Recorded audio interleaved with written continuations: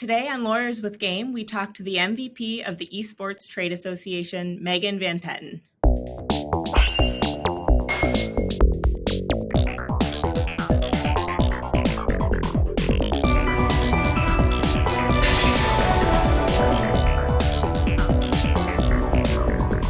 Hi, everyone, and welcome to Lawyers with Game. If you're interested in learning more about legal issues in the worlds of esports and video games, you're in the right place. My name is Darius Gambino, and I am first and foremost a lifelong gamer.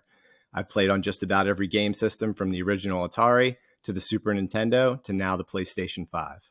I'm also an intellectual property attorney with over 20 years experience advising clients on issues related to patents, trademarks, and copyrights.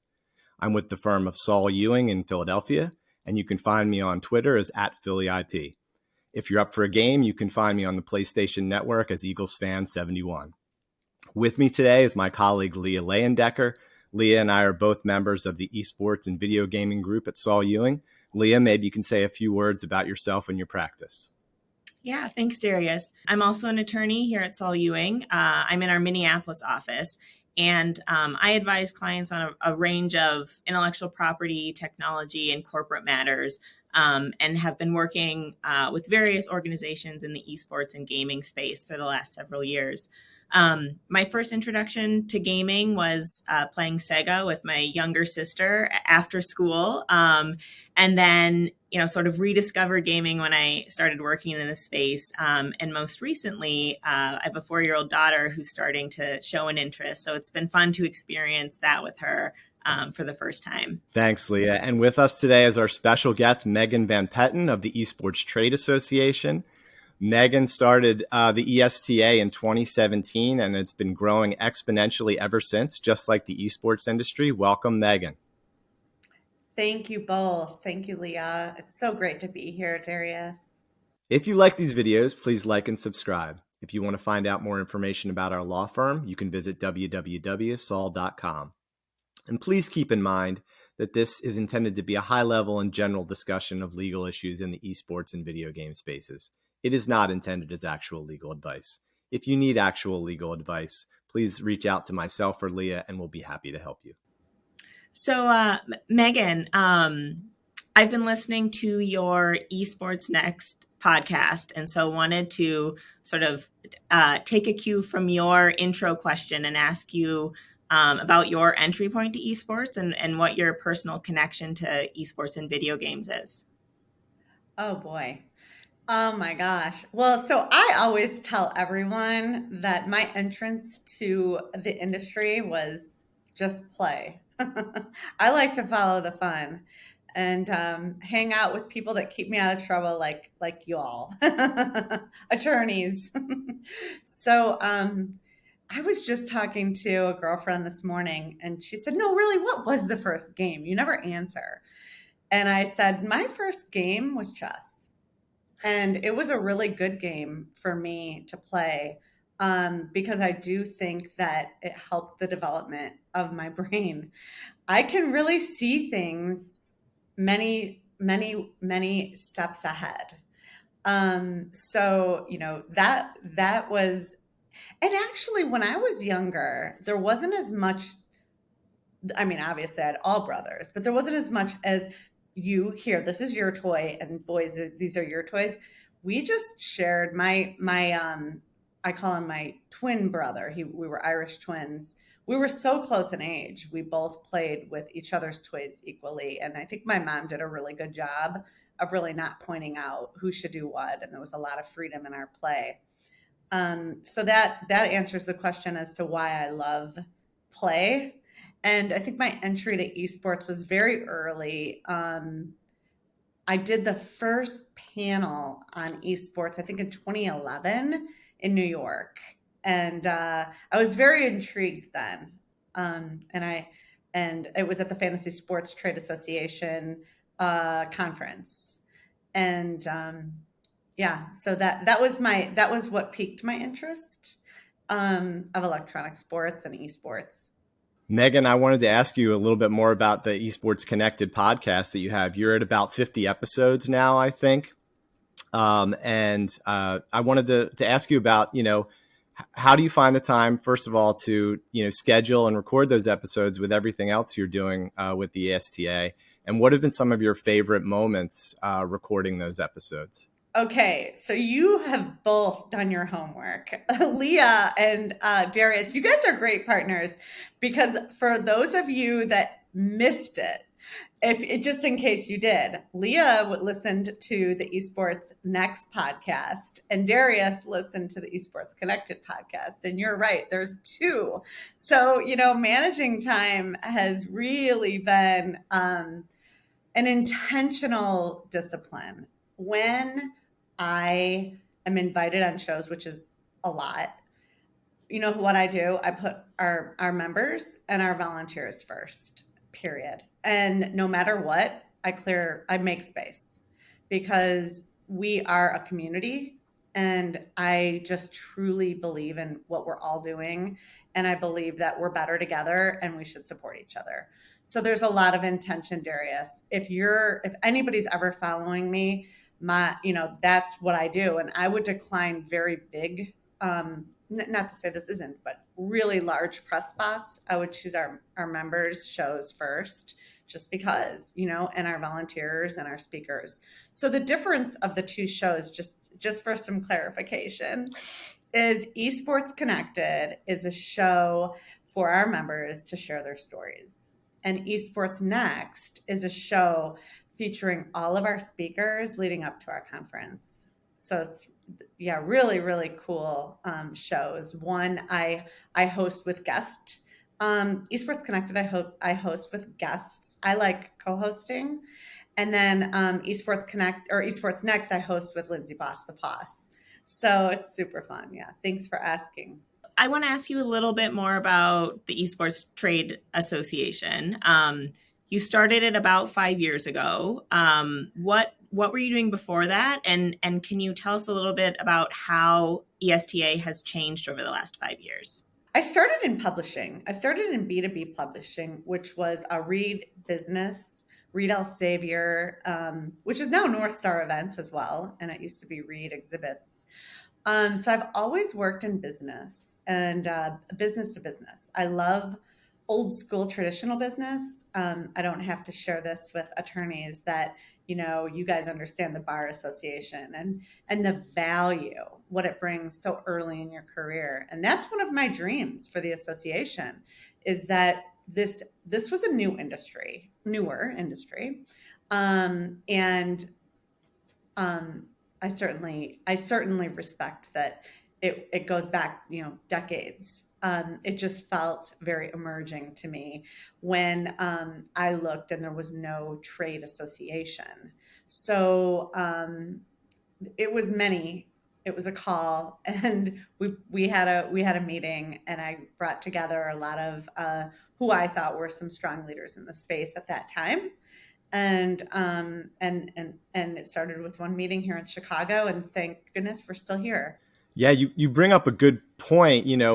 For us as attorneys, we have all these established conference and organizations that we go to that have been around for many, many years. But esports is a relatively new thing, and there really aren't that many organizations out there doing this. For some of our viewers that might not be familiar with the ESTA, can you talk a little bit about the governance and some of the benefits of becoming a member? Well, sure. And oh man, you guys asked some great questions. This is exciting to be here. I just have to say, the biggest question I have is, what is a trade association? And my answer is always like, the lawyers and the doctors get it, like we're here to bring rise the industry and, be the big tent. So, that was the biggest part that I had no idea would be where we are, and that would be the conversation, especially being a an original OG of association management. I mean, that's, like I love not-for-profit societies and associations and clubs. And I had one girl the other day say, "Oh no, I get it. I joined the sorority," and I was like, "That's so cool." Like whatever it takes for people to understand that we're just a club open to everyone. And I've never had a larger learning curve than I do now. Never. There's just so much to teach. There's so much to learn. And I hope that answers your question really broadly, Leah. Yeah, absolutely. I mean, and Leah and I are both members, and we know a lot of our clients in the esports space are members. So we're really excited about going to our first meeting later this year.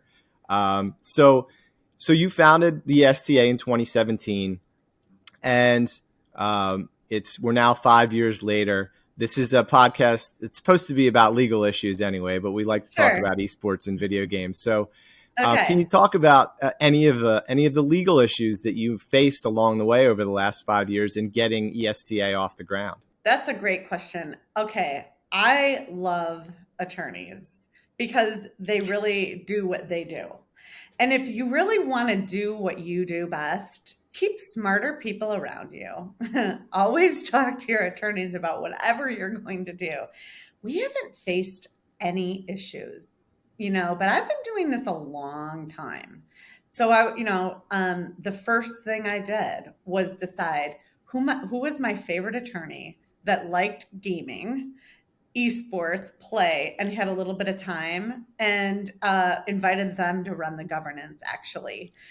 So that is our governance chair, is an attorney. So, we meet regularly, we talk regularly, and we really are committed to keeping our streets clean, really doing the right thing, living by our bylaws, being true, but then there's those situations where you don't even know what you don't even know. And, with that, I have, one time we posted an article and we didn't realize that the photo was, it wasn't for us to be able to have that photo included in the article, so that was a learn the hard way, just being sensitive to the pace of what we were doing and sensitive to the content and who owned it. And, and knowing what we or me did wrong right away, getting the attorneys talking right away is one of my biggest advices, is transparency, quickly moving when you do make a mistake, because that's what happens, especially in a pace that we're going. So lots of good questions. That's another one, boy. Keep your attorneys close, your accountants close, your bankers, people, just so you could stay in your strength lane. I like that. Keep your friends close and your attorneys closer. Exactly. That's good. That sounds like a movie. So we talked a little bit about it at a high level, but the big event, EsportsNext, is coming up in a few weeks in Chicago. And if you have time, I strongly encourage everyone to listen to the EsportsNext podcast, because it does an awesome job of laying out some of the topics and the speakers that will be there. But Megan, can you tell our viewers a little bit here about, what will happen, what kind of industry professionals will be there, and what people can expect to see from the conference? The event is amazing.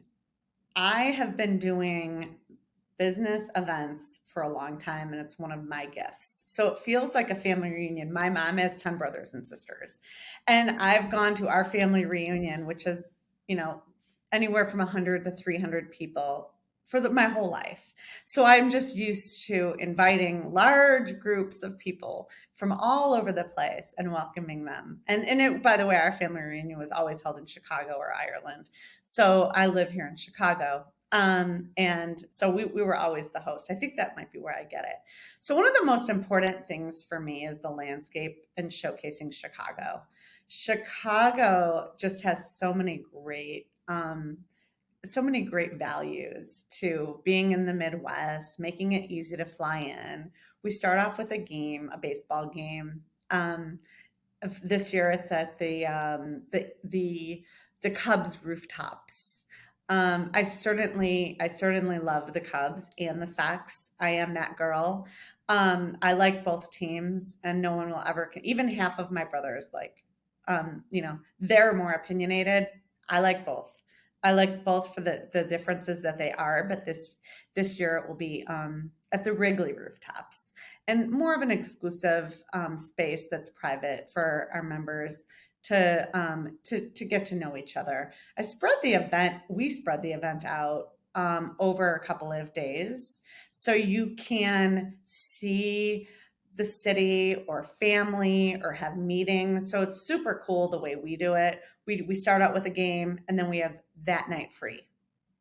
And then the next morning, we have free. And then we start with a advisory board meeting, like I think at noon. So the board meets, the advisory board, and then we have our opening, like an early reception check-in with a cocktail party. And then we have a wild card pitch for those of you that don't know. I did, which I think the very first Shark Tank in business. And we call it an elevator pitch. No PowerPoint, no nothing. You go up like you're in the elevator with a funder, and you have to, in 90 seconds, explain why you should get funded. That's a lot of fun. But on that night one, we do 2 wild cards. So it's an audience clap to pitch the next day. And then we tutor you up to go in the next day to pitch for capital or partnerships.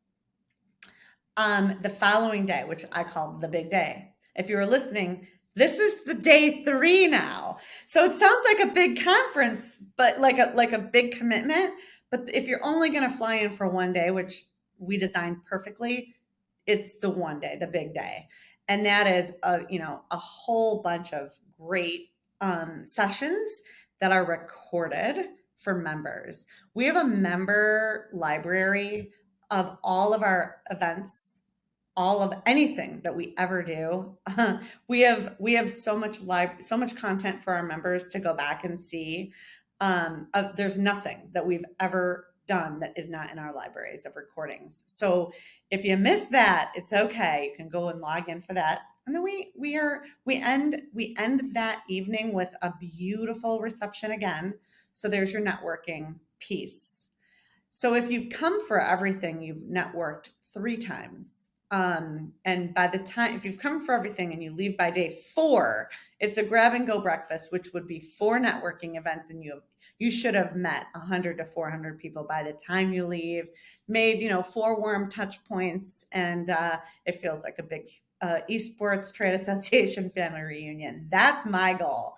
My goal is learn a little, live a little, love a little, and then see you next year. Yeah, and you left out, you've got Lewis Johnson, the famous sports broadcaster, as your master of ceremonies. You've got a lot of great people from the esports industry, from FaZe Clan, Misfits Gaming, lots of other places. So it's going to be a really great event, it sounds like. Yeah. I know you have to go, and I have one more question before we wind things up, and it's kind of about the future of the ESTA. I mean, the esports industry has grown year after year in terms of revenue. I mean, I think, last year it went over $3 billion. And you see more and more big brands these days doing esports sponsorships.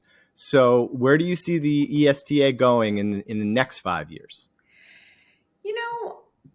One of the things that I'm seeing is the local commitment to national. So I'm seeing chapter development, and that is new to me as well. This has been a stretch association like I've never seen, but the chapters are interesting. We have a chapter in Texas, we have a chapter in New York, and we're rolling out 5 more after the conference. 5 more cities. And that's a lot of fun. I'm sure y'all are part of your local chapters. So we're really following the trends of the big guys, the bar, what works, and really implementing those best practices here at the association.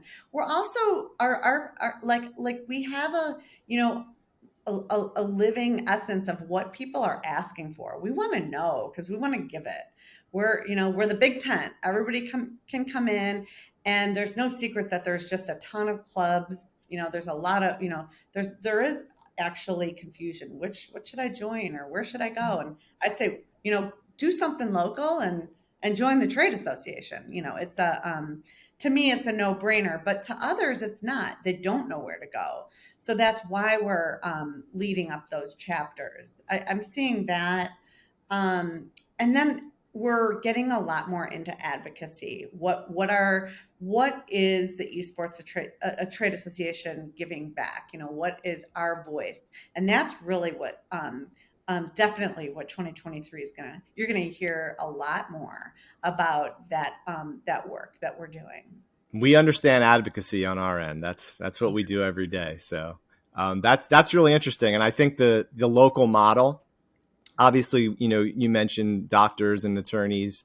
We see that local model in our trade associations as well. And I think sometimes it helps you connect more with people that are in your city. Which is nice. And I think right now, different things are going on in different cities in esports. And I think that's a great way to make some stronger connections at the local level for people. It really is. There is just nothing like being together, though I very much enjoy Zoom. And before we do go, I want to hear and let's share a little bit more about why your firm, what you guys bring, because there's also like your regular listeners, and then there's my friends that want to hear all about this. So right. Yeah, let's talk. Yeah, we'll give you our short elevator pitch on that.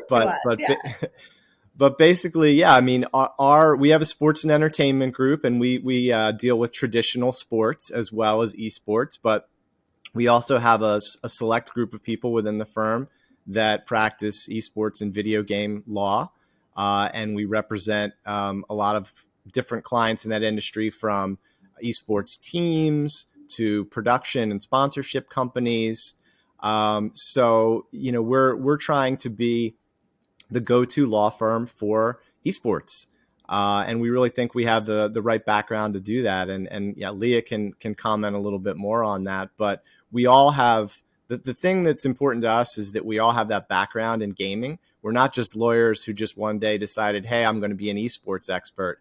I've been working on video game cases since the 90s, back when the Sega Genesis was still around. So it's that experience, that life experience that we bring to the table. Leah, I don't know if you have anything on that too. So cool. That is so cool, because so many people ask me, like, what's your game? It's like, oh my God, please. I mean, I always joke that we used to play Pac-Man, and I have the best initials, and I never once saw my initials I never ranked. I never once ranked. It's the biggest joke.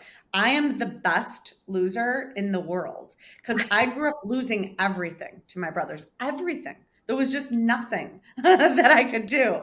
And it was always my dream to see my initials. And I could just be right there right now. And I see myself at Aurelio's Pizza in Chicago, just looking through and seeing, there's my brother, and there's my brother, and that's my buddy, and that's my friend. I used to just have the initials on those games, but it's kind of funny.